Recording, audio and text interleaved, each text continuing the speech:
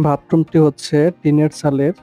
টিনের উপরে কাঠ দিয়ে ট্যাঙ্কিটি বসানো হয়েছে। ট্যাঙ্কিটিতে অটো লাগানো হয়েছে। আর মোটরটি লাগিয়েছি বাথরুমের সাইডে। পরবর্তীতে মোটরটি ঢেকে দিবে তারা। আর মোটরটি বোর্ডিং হচ্ছে গোসলখানার ভিতর। তো নিচ দিয়ে ছিদ্র করে মোটর ইন করা হয়েছে।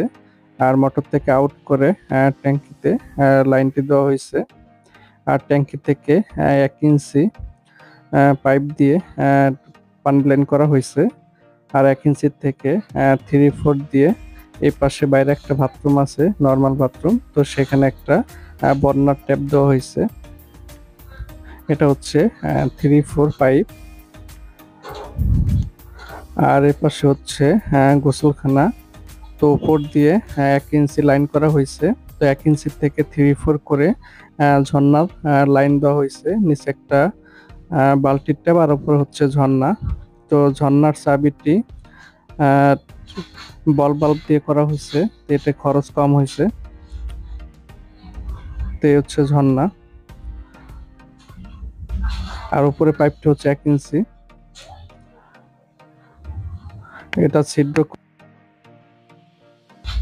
তো ওই পাশ থেকে লাইন দিয়েছি। আর এই পাশে হচ্ছে প্যানের জন্য একটা পর্নার ট্যাপ। এই পাশ থেকে ছিদ্র করে ওই পাশে ঝর্ণার জন্য লাইনটি দেওয়া হয়েছে। উপরে 1 ইঞ্চি থেকে 3/4 করা হয়েছে। আর এখান থেকে বাইরে একটা ট্যাপের লাইন করা হয়েছে।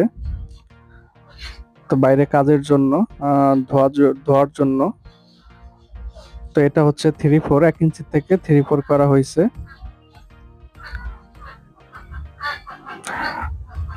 তো উপর দিয়ে পানির পাইপগুলো লাইন টানা হয়েছে। তার এটা হচ্ছে মোটরের সুইচ। তো এখানে অটো করা হয়েছে মোটরটি।